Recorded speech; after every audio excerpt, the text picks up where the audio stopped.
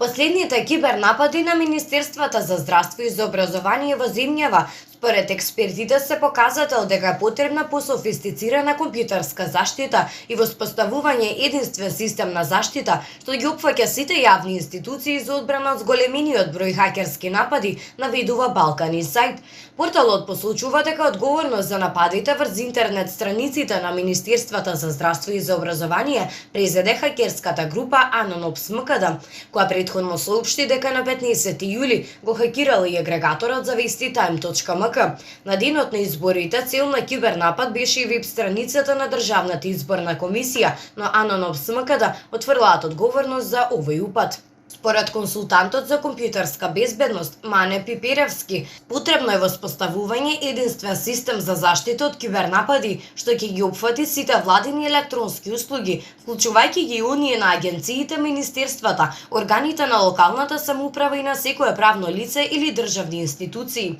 Ова може да се постигне со постоење на државен оперативен безбедносен центар во мешовита собственост, смета Пиперовски, додавајќи дека ваков модел би бил имплементиран во голем број земји од Европската унија. Експертката за приватност и заштита на податоците Љубица Пендаровска оценува дека системот за заштита треба да биде повеќе слоен, за да може што е можно да биде поотпорен на хакерски напади и со тоа да се зголеми заштитата на информациите и особено личните податоци на граѓаните.